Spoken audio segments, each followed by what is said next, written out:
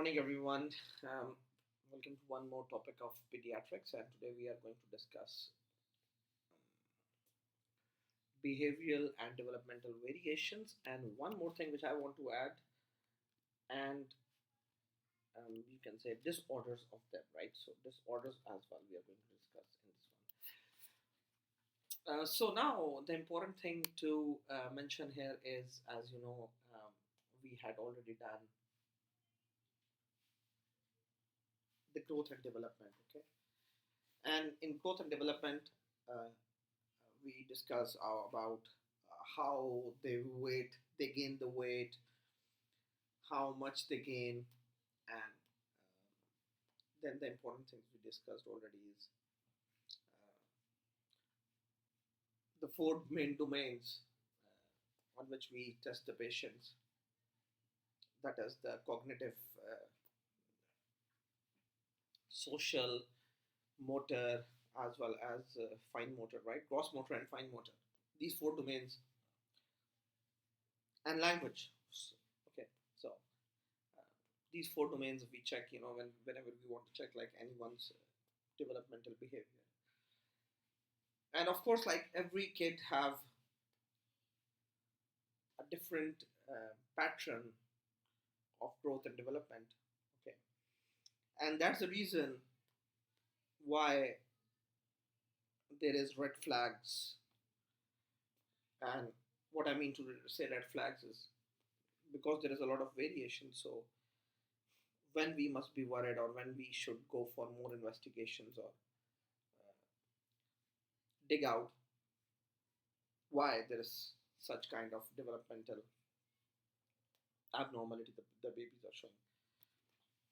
So in this slide, like first of all, we are going to uh, see a lot of disorders. Okay, like sleep disorders can be there, and see by 6 to 12 months infants, EEG becomes more like adults. You can see over here, and there is dysomnia as well as parasomnias in the kids. Okay, so of course, like we are not going to discuss these things in detail because, like, there is a very important condition called autistic disorders or autism and ADHD. Like they are the topic of psychiatry, so you are going to cover them over there. So now, what is dysomnia? Of course, like initiating and maintaining sleeping problems, and parasomnia is like problem with the arousal, partial arousal, or the transition between the stages of sleep. So normally, the kids, they have a different sleep requirement. For example, the infants who are less than 6 months of age, they sleep around 16 hours a day, quite a lot. And 1 year of kid, they require around, or they sleep around, and like you can say they sleep around, or like the requirement is around 14 hours. Okay, so then it keep on decreasing. By the age of 5 years, the requirement is around 11 hours, but by the age of 18 years, the requirement is like 8 hours. And they do take daytime naps. Like 1 year old kid uh, take 2 naps per day. So like this way. So difficulty falling asleep is very common in preschool and older children. They show resistance to the bed, to go to the bed, and of course, like many of the babies, they have poor sleep quality. Like they have frequent arousal, especially in infants and toddlers, and or like some of the child, they develop different patterns of sleeping. Mm, like I want to sleep with my baba or like my father or my mother or with my parents. Okay, or Some of the kids, they develop a habit of sleep with the lights on. Some babies, they sleep in front of the television. Some babies, they sleep when they are when the bottle is in their mouth. Some babies sleep when they are tapped or rocked. Okay, like rocking movements are there. So now,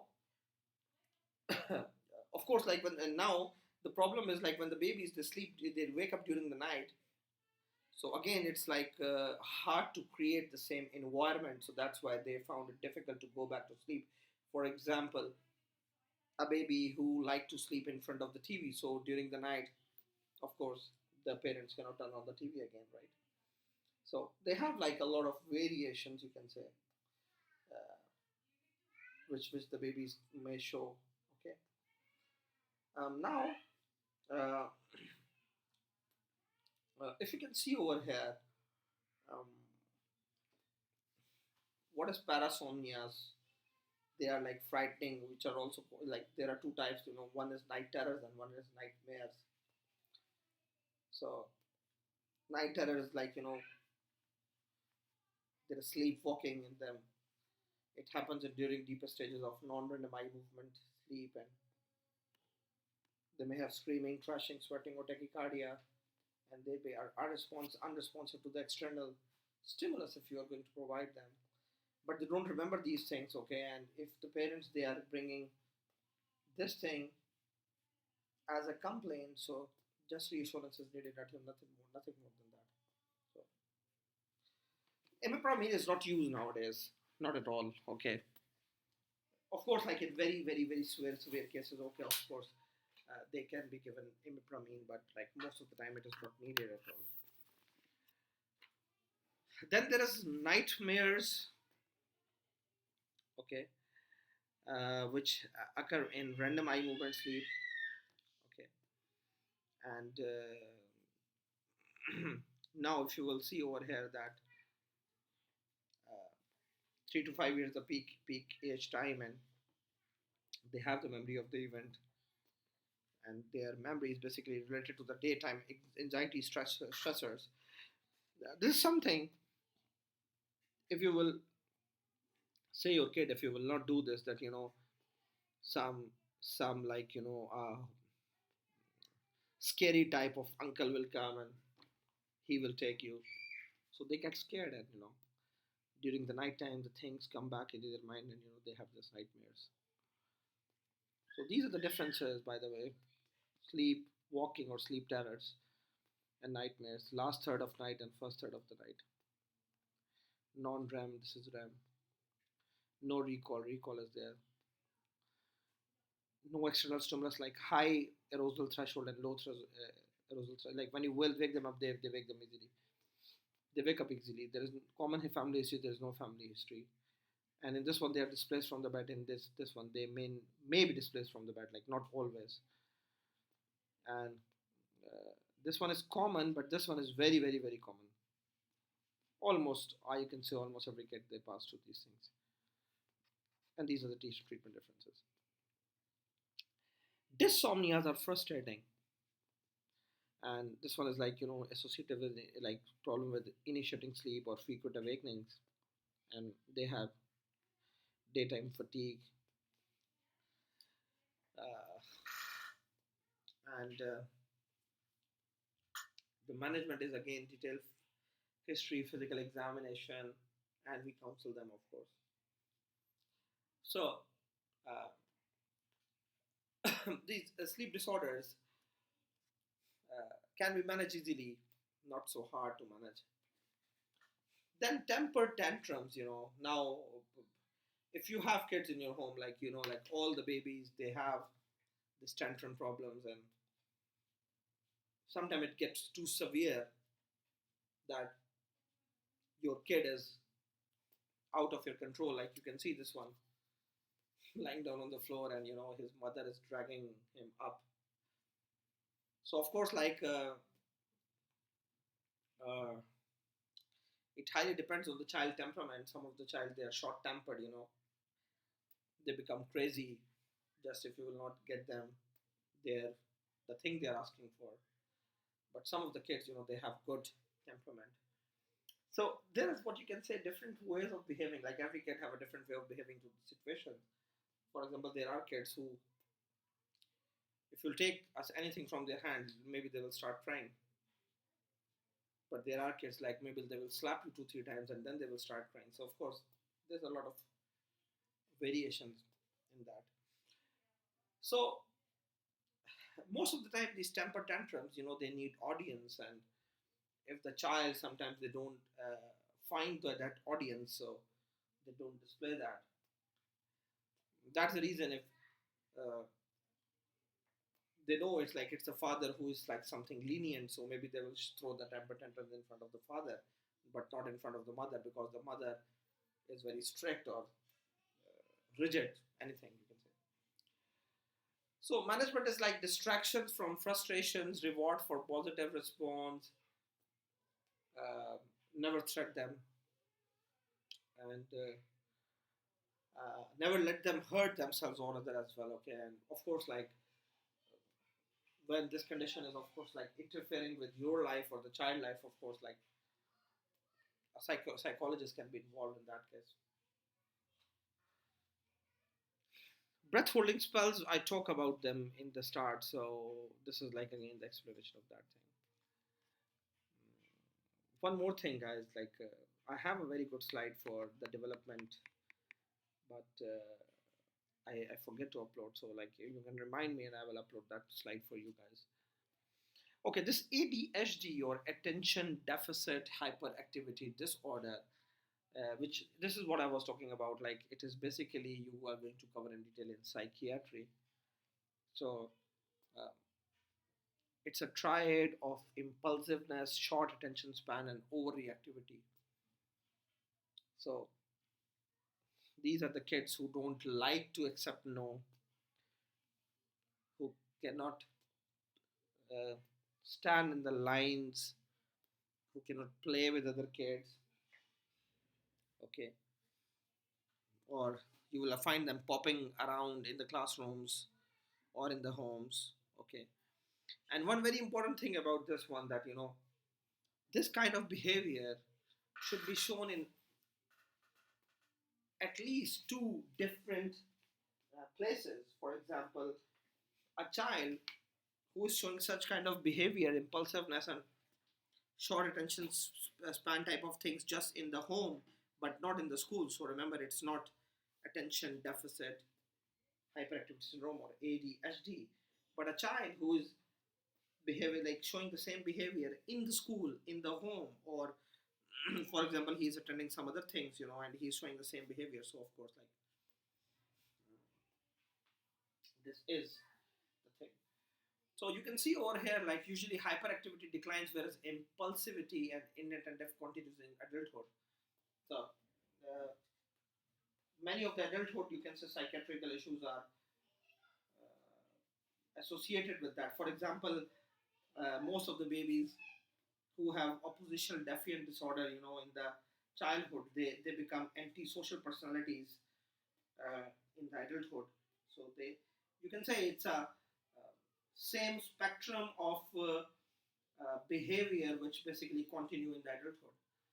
Okay, and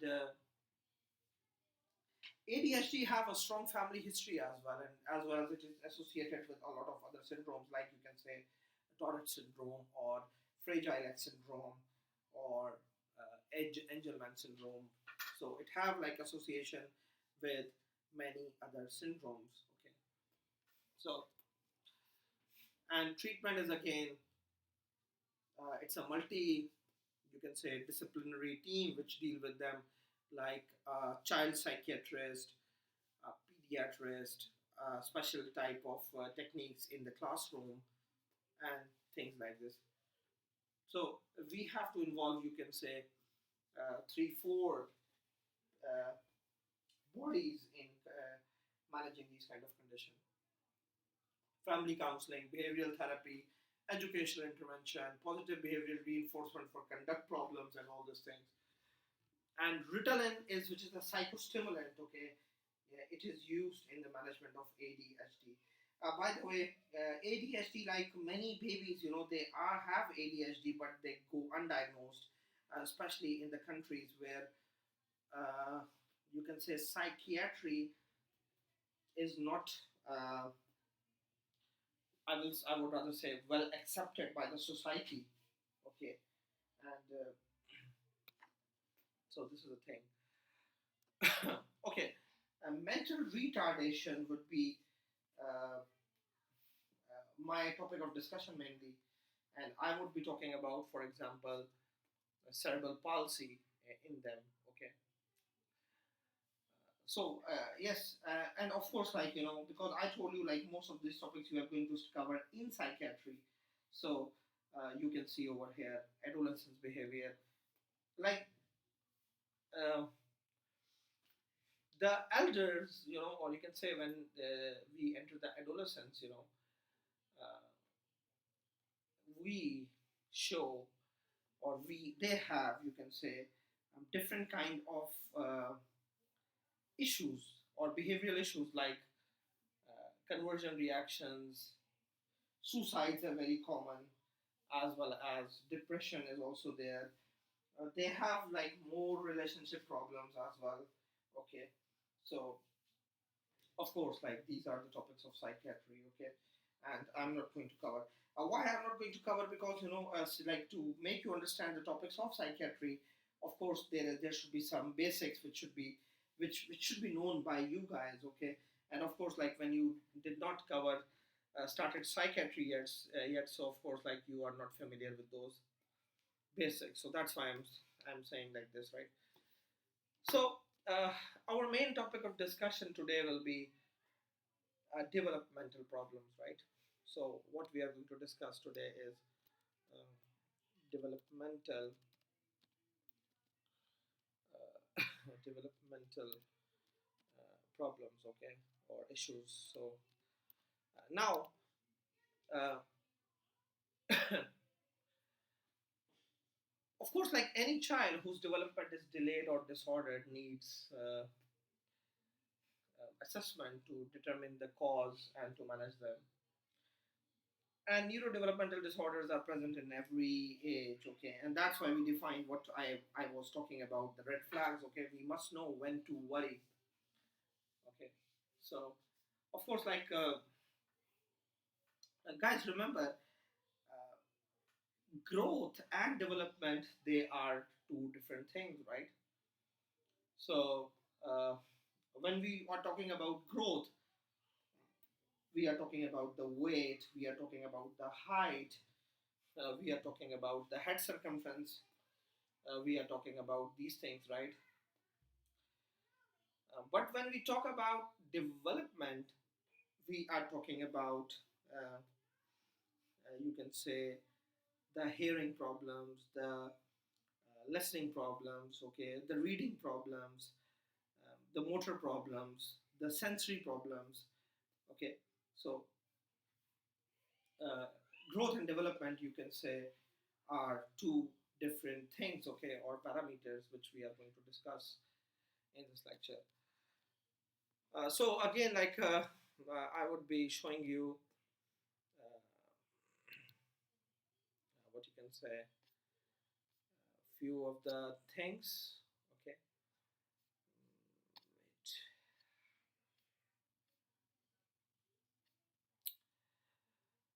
Wait. Okay, so I don't know how much like you can see in this one, because again this is something taken from a pediatric book. So you can see over here that um, there are different type of features that may suggest neurodevelopmental concerns. Okay, and when we talk about this thing, of course we say neurodevelopmental disorders, right? Because the neurology plays a very important thing in this one. Okay, and like one of the things which we'll be discussing is called as global developmental delay. We will be discussing about the cerebral palsy, for example, and like some other issues also. So like in prenatal, you can see like you can found a positive family history, like affected sibling or a family member. Okay, uh, in perinatal you can found like birth asphyxia, encephalopathy, dysmorphic features. In infancy, the developmental problems, the child, like of course, uh, prenatal, of course, it's more related with the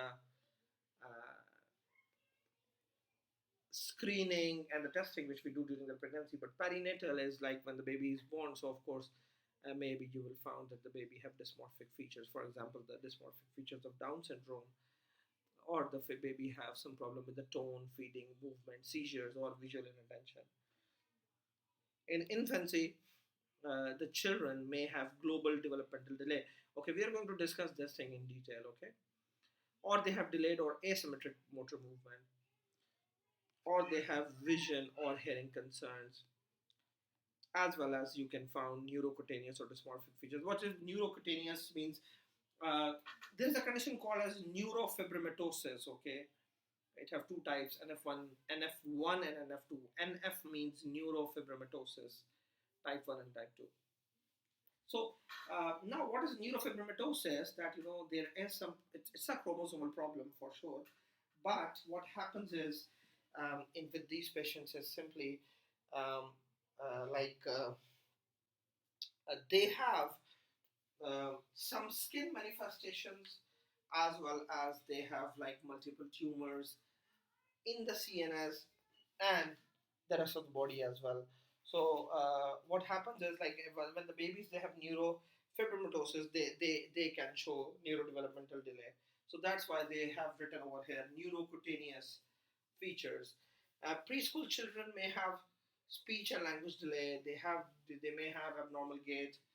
Uh, they may have poor social communication skills, whereas the school age may present with balance and coordination problem, learning difficulties, attention hyperactivity like ADHD, you can say. Dyslexia is like the reading disorders, and any age can present with acquired brain injury. Of course, acquired brain injury can be as a result of trauma, can be as a result of some CNS infection like meningitis, as well as encephalitis, right? So, uh, of course, like whenever we are dealing with any baby like this, so we ask the parent what their child cannot do. We ask the parents like uh, when it was first noticed, okay, and we assess their development on the four uh, main domains which I had already talked about in my initial lectures, okay, like language, social, gross motor, and fine motor, as well as uh, we can go for some testings, okay. So of course, like testings I'm going to discuss in the end, like uh, I'm going to uh, wind up all these topics in I'm winding up all these topics in one lecture. So just to give you the concept, what I will be doing, I will tell you what is global developmental delay, what is cerebral palsy, and what are these things. So then, of course, like together, uh, I'm going to tell you the investigations, which is somehow same for all the age groups, okay, with minor differences. One more thing, for example, uh, um, any child who have any delay, okay, or most of the uh, times when we are assessing the babies, children for the developmental delay, two things are very important. One is vision testing and one is hearing testing, okay. Many of the developmental problems are related with hearing problems and vision problems. For example, like a child, he cannot develop his language if he cannot hear properly, or a child can never perform better in the schools, okay, when they cannot, what you can say, see properly, okay. Like, of course, like if the child, his vision is not proper, so in the schools, what will happen? cannot see the whiteboard, or a child whose hearing is not proper, of course he cannot understand the teacher clearly. So of course, like, there will be what you can say, low grades in the school. Okay. um, there are many reasons behind that. Like, if the hearing and vision is normal, and for example, if the baby was having, a child was having very good school performance before, but now there is, he is on decline, and while taking history and examination, you have assessed that the child have um, normal hearing as well as normal vision, but still, like, the grades are going down. So you can think for the other causes, like uh, school bullying. You know, maybe the child is bullied at the school. The children are bullying him, or maybe, if not in the school, maybe the child, like, the parents have some relationship problems back in the home, and that's the reason. Due to that relationship problems, the child maybe is ignored. So, of course, like, there could be, you can say, range of reasons which, by, like, for which the baby may have this thing. Uh, One more thing before talking about the conditions, guys. What is delay? So, delay is simply um, slow acquisition of skill. Okay. And then there is something called as global developmental delay, or sometimes we call it as specific developmental delay. Um, and disorder is simply when there is maldevelopment of a skill. Okay. So, we use many terms like this thing. One thing is impairment, one thing is disability. Okay, so what is impairment? When there is loss or abnormality of physiological function or anatomical structure.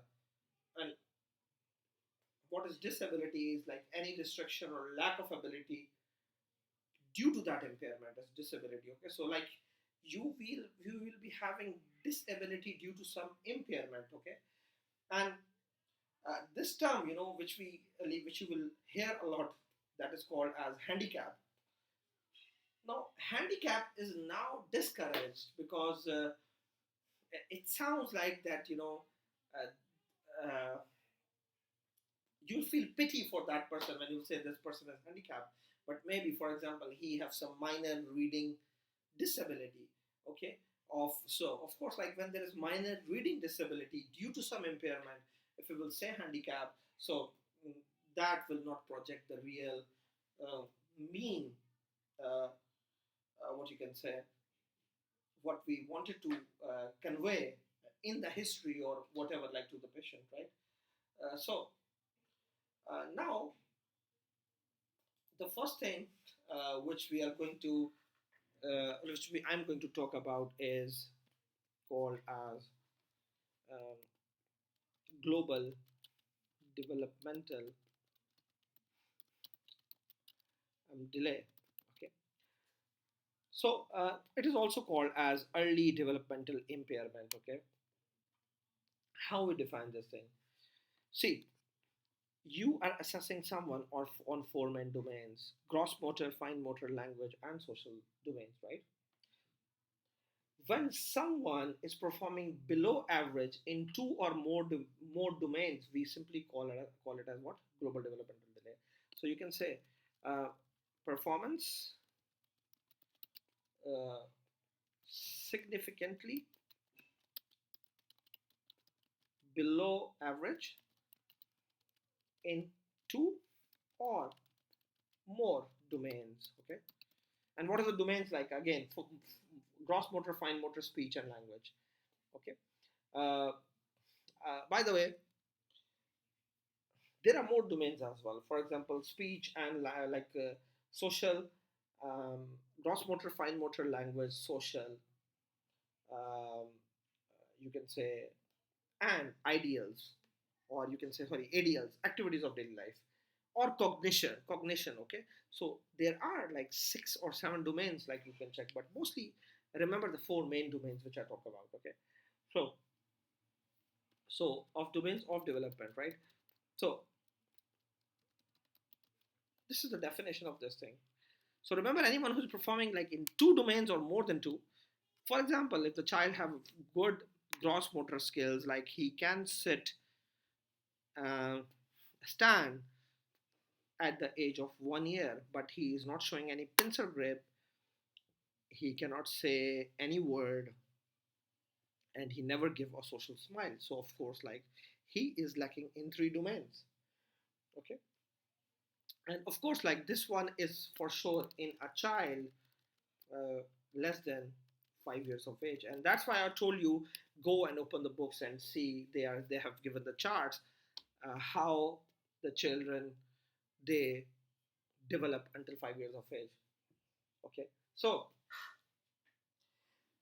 why this thing is important? Because the child who are showing global developmental delay in less than 5 years of age, it predict the it, it predicts the intellectual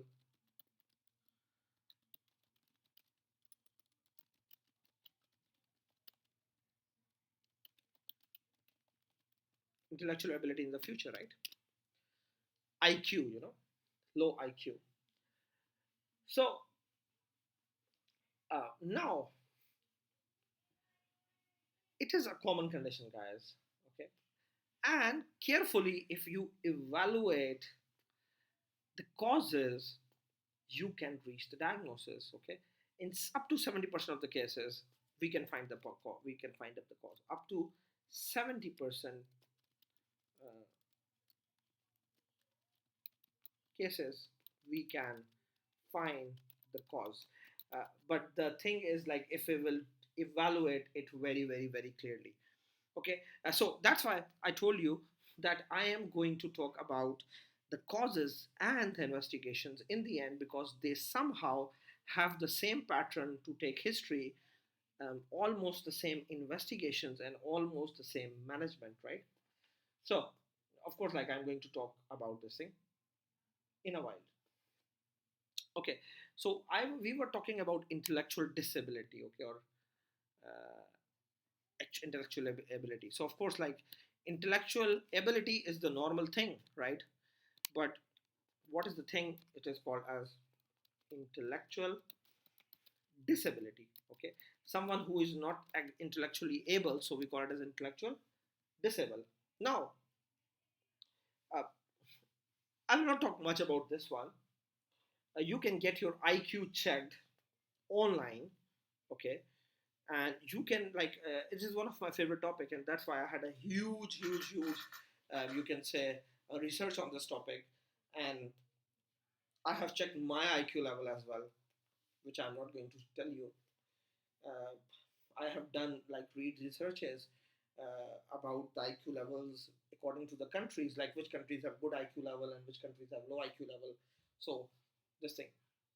So what is intellectual disability? Like, it's a state of functioning that begin in childhood, and it is characterized by limitations in both intelligence and adaptive skills. So you can simply say limitations in both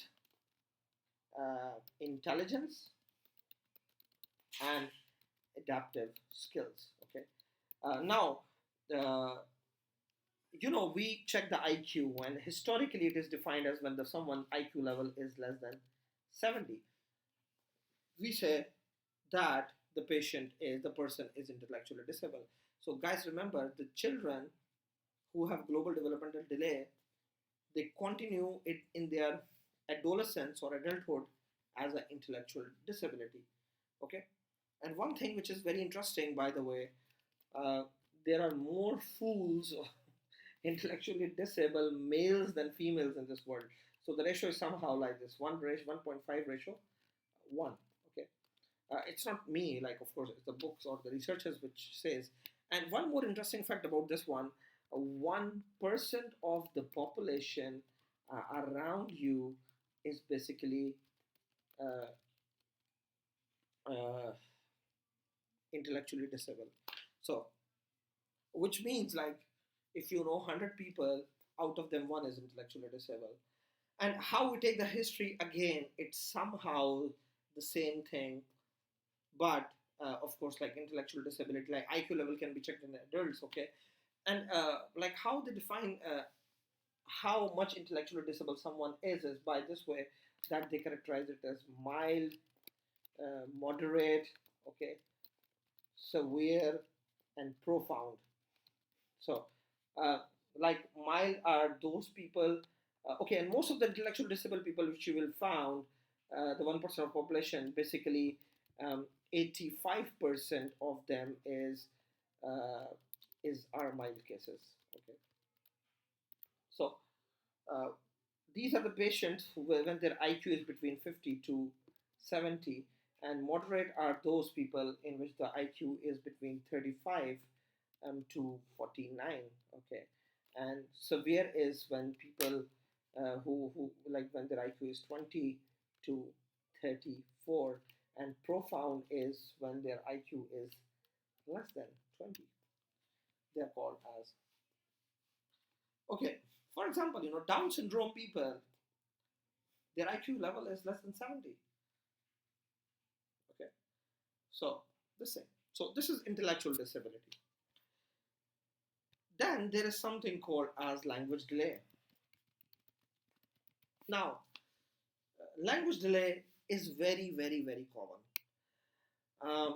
Again, okay, basically for language, there is no universally accepted definition. Okay, but it is mostly uh, found around, you can say, 18 months of age. Why? Because 1 month, 1 year of baby, like most of them, they are quiet. They don't say anything other than baba or mama.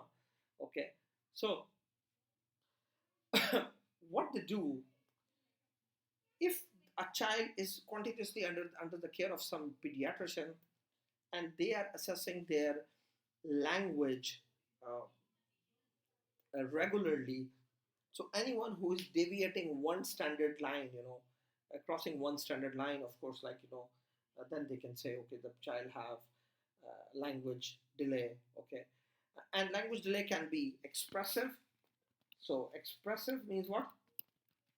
When they cannot produce language. Okay, or it could be receptive.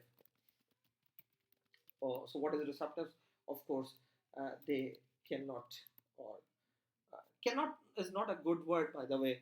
You can say impairment, or to produce language, or impairment, or cannot understand. Okay, so the language, of course, like or both. It could be both. Okay, so the third thing is both. Of course, like both expressive as well as receptive. So this one is again, males are affected more than females, and it is so common. Like you can say. Uh, 10 to 15% of the patient babies, around 2 years of age, they have language delay. Okay, but most of them, uh, they become better.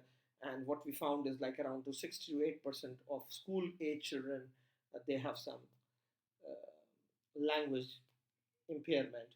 And what is the etiology? It is somehow the same. For example, anyone who have intellectual disability, they have language delay as well. Anyone who has cerebral palsy, they may have language delay. There are many syndromes like Down syndrome, Williams syndrome, Fragile X syndrome, cleft palate, cranial nerve palsies, seizures, infections, neglect, abuse, things like this. Of course, you know, uh, many, many, many of them language delay. Now, one very important thing, guys, always, always. This is very, very, very important point. Always refer the child for what? For vision.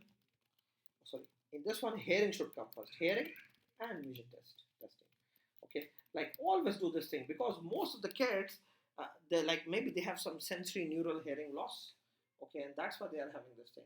So how we take history, of course, I'm going to talk about that thing, and how we, what you can say, manage them. I'm going to talk about that thing later on, right? Now, uh,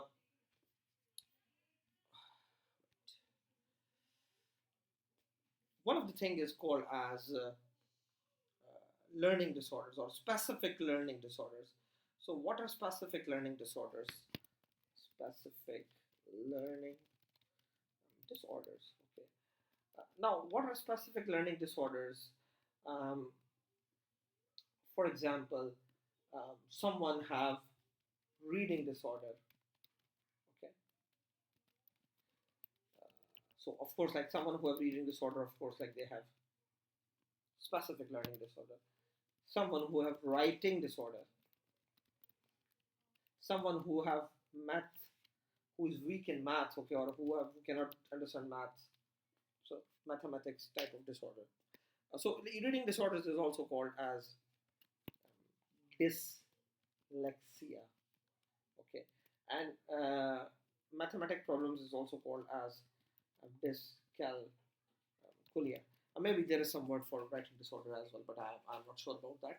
Okay, so now this is so common that 10% uh, of the population, or you can say the population of like the age you are checking, of course, they have this thing. So, uh, of course, like what is the exact pathogenesis is not known, but some of the genetic factors are involved, like because uh, Turner syndrome people, they have more of these. Klinefelter syndrome, they have more of these. Low birth weight, they have more of these. Like some in someone, you again will find some CNS infections, or what you can say. Um, okay, like ignore, or you can say neglect. Yes, they may have this thing as well. But again, like remember in this one, poor visual acuity is not the cause. Okay, so always uh, refer in this case for vision testing, and I will write that. You can say it it is not the cause. Okay, so someone who have this visual acuity problem is there. So uh, he don't have any learning disorder because it is due to vision problems, right? So rule out this thing, and if the vision is normal, then we label them that the child have some learning disorder. Okay. So now one of the thing which I was talking about, which I will I wanted to talk about is, of course, cerebral palsy. Okay. Okay. Um, I think so. The video will be very long if I will include cerebral palsy in this one. So okay, what I will be doing is like we are going to put the cerebral palsy, which have almost the same material, but like in the start of the next video, we can talk about that. Okay, uh, now you can see over here, cerebral palsy is one of the thing, of course, like if the brain is not normal, or there is some damage to the brain, or there is some abnormality, right? So okay, I'm going to discuss that in the next lecture. So condition which cause abnormal development and learning disability. So uh, now if you can see over here, uh, genetic causes are there, chromosomal abnormalities like Down syndrome, Fragile X syndrome, and all the others. Cerebral dysgenesis, like the cerebral is not formed properly, microcephaly, absent corpus callosum, or anything like this. Vascular problems can be there, like hemorrhagic occlusion. See, prenatally, hypothyroidism, if the mother is using alcohol, and of course, like there is one syndrome called as fetal alcohol syndrome, which again I'm going to talk in the next lecture. Congenital infections like torch infections and neurocutaneous syndromes, I talk about neurofibromatosis, okay, as well as tuberous sclerosis. Then, of course, like there are some perinatal causes, like during the birth, you can say intracranial hemorrhage, hypoxic ischemic encephalopathy. We have discussed this thing before, or metabolic abnormalities. And there are many postnatal what you could say, post-natal things as well, like infection, CNS infection, encephalitis, meningitis, anoxia, someone who was near to drown, and seizures, suffocation, trauma, head injury, metabolic hypoglycemia, inborn error of metabolism like galactosemia and others, like stroke, and unknown causes in about 25% of the times. Okay, so now, uh, guys, if you know this thing, then you must know how to take history. Okay, now if you know the causes of what you can say, uh, what you can say, uh, the things like, or the causes of all these things which we have already discussed, then you must know how to take history. And I will tell you one whole history pattern which we are going to discuss. So we have to cover um, prenatal causes in the history. We have to cover perinatal causes in the history. We have to cover um, what you can say, afterbirth or postnatal causes in the history, uh, until how when the patient presented to you. We must cover the rest. Okay, the rest of the causes, of course, they will come in the postnatal period. We must cover the family history. Okay, we must cover the social history. Okay, in these patients, of course, like, okay. I told you one of the mnemonic word as binds. Okay, so never forget this one. B is for birth, I is for immunization, N is for nutrition, D is for developmental milestone. Okay, so S can be a substitute for anything like sleep, sex, or suicidality. Okay, all these things. So like, that's not our discussion right now. So see, when you are dealing with any patient like this, you can ask like any drug usage, any alcohol usage during pregnancy, any infections during pregnancy, any hyperglycemia during pregnancy, torch infections, and all those things. When you will ask about the perinatal history, you will ask about how the birth was there, like was the labor prolonged, was there need of any type of resuscitation after birth, what was the birth weight, what was the Apgar score, uh, any screening tests which were done during the after birth, right after birth, all these things. And postnatal, you will ask about all the milestones. uh, you will ask about either the milestones they are never appear, or either like they appeared but they show some regression. Okay, you will ask about any infections, like look like this. I'm going doing like this. Any infections, any injury, any trauma.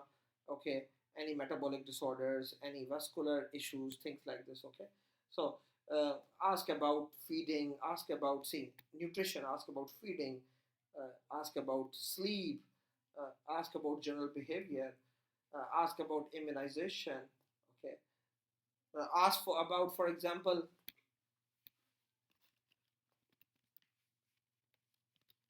drugs history. For example, uh, if the baby was having recurrent infections and he was giving some drugs which can be ototoxic. Okay, or drugs have a lot of side effects. So ask about that. Ask about family history. Ask about the his siblings. Ask about the mother and father. Ask about any there are many societies in which like cousin marriages are very common, and when there is too many cousin marriages, going on over generation, there is more and more genetic diseases which come into action. And ask about social history, ask about bullying, ask about home condition, ask about like if the mother and father, they are the like they know how to take care. Okay, this thing. So ask about like the communication, self-care, home living, social skills, academic skills. Like I'm talking about the language delay right now, okay, of course. So all these things. Okay, check like from the history, like either the language delay is expressive, is receptive, or is mixed type. Okay, check the uh, developmental milestones. D. Check if you can found any uh, red flags in that. Okay, so all these things, of course, like should be checked in the patients. Okay, so if it's some specific learning disorder, then ask about school difficulties, academic achievements, attention problems, interaction with other kids, interaction with the teacher. Okay, so see, like all these things, but like what we are doing, we are simply looking out uh, what can be the possible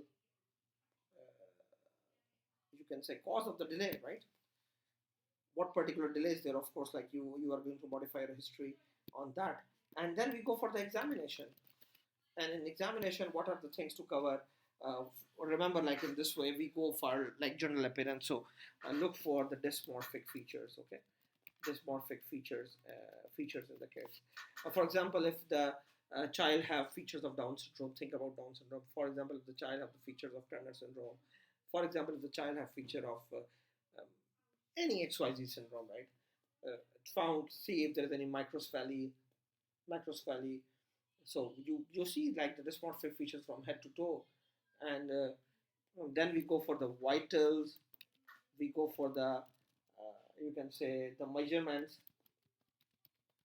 like weight, height, uh, head circumference, things like this. Okay, so do this thing.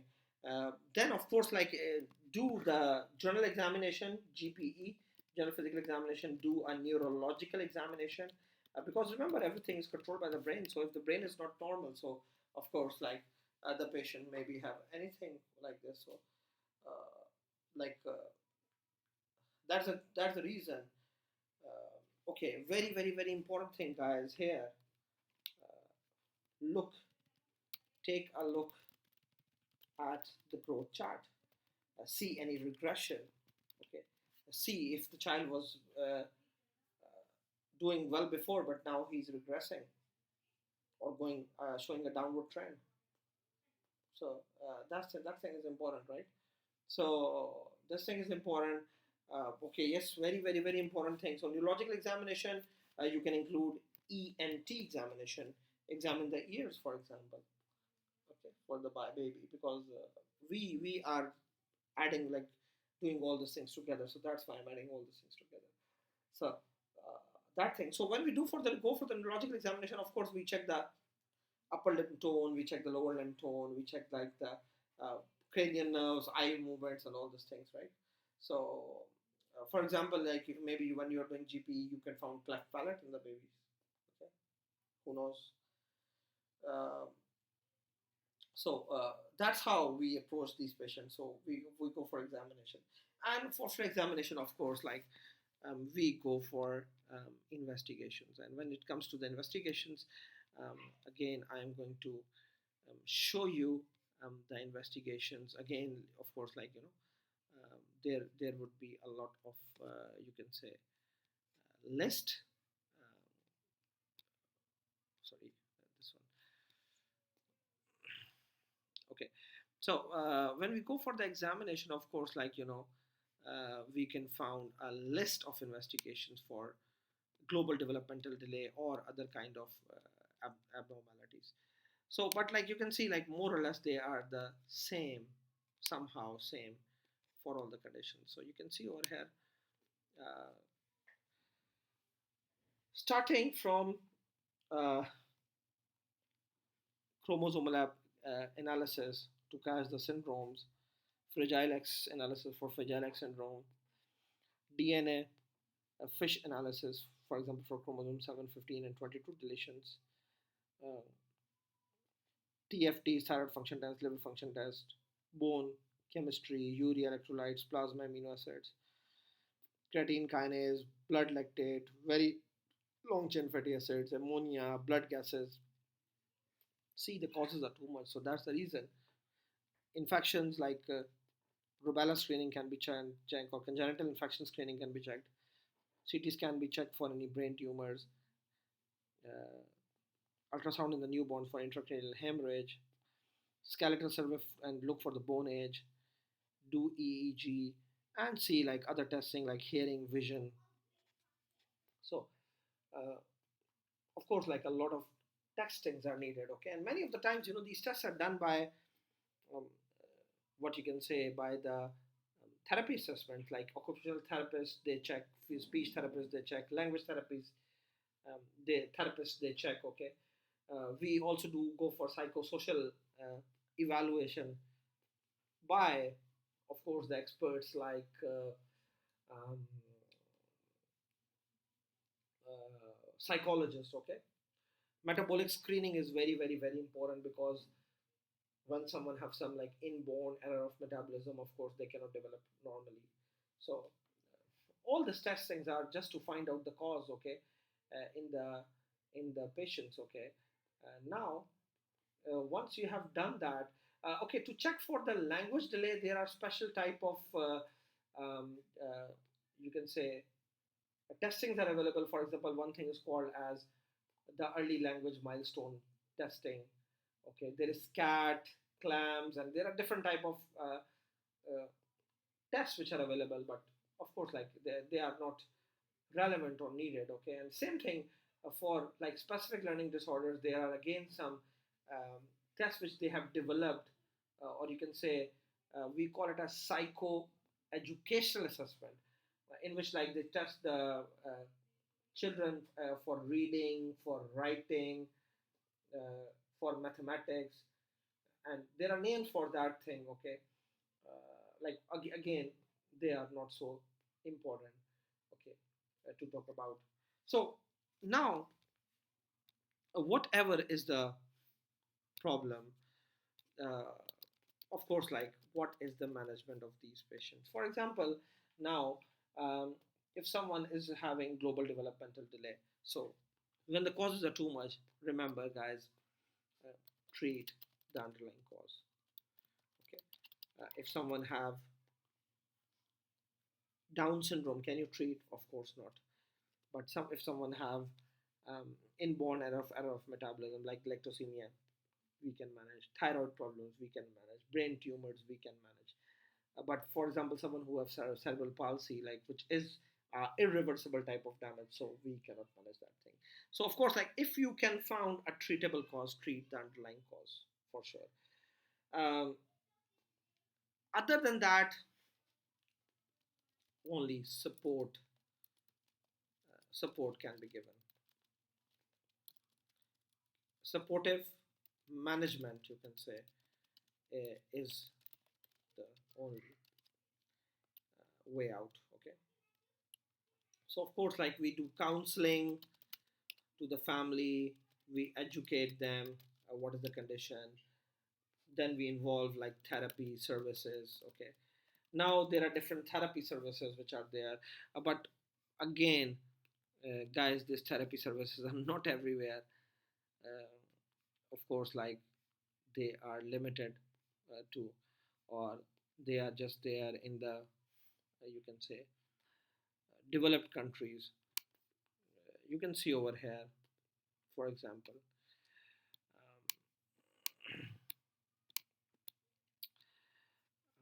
sorry, I'm going to cut it out and I will make a new slide, and then I will include this thing over here.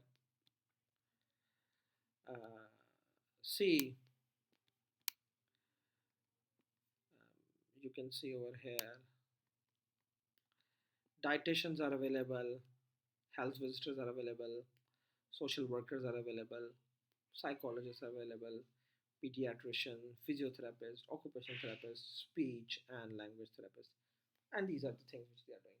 So we simply involve different therapies. We give them speech therapy, language therapy, physiotherapy, occupational therapy. Uh, they they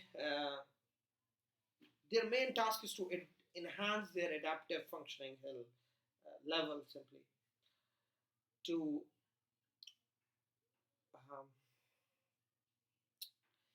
make them adjusted in that particular society, you can say. To give them some vocational training or communication skills or life skills so that they can uh, support themselves in the life, okay, and they can lead a independent life as much as they can. And of course, like if it's a specific, it's a language delay, then we will just involve what you can say. Um, Other services like special education services will be involved. Okay, this thing will involve the parents and what you can say. There are different techniques like engaging the child in the dialogue reading. Avoid baby talk is very important, and try to ask them to narrate their daily activities. Okay, so many things are there. Parents can read the things loud to their children, and for example, someone who have problem with some specific things like reading and all these things. So there are specialized education placements in developed world, not everywhere. Okay, which can provide them some like special educational education or like make them survive or adjusted in the society better.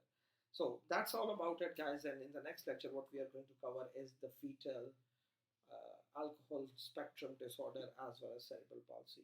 So all this developmental issues will be finished of that. So thank you so much for listening.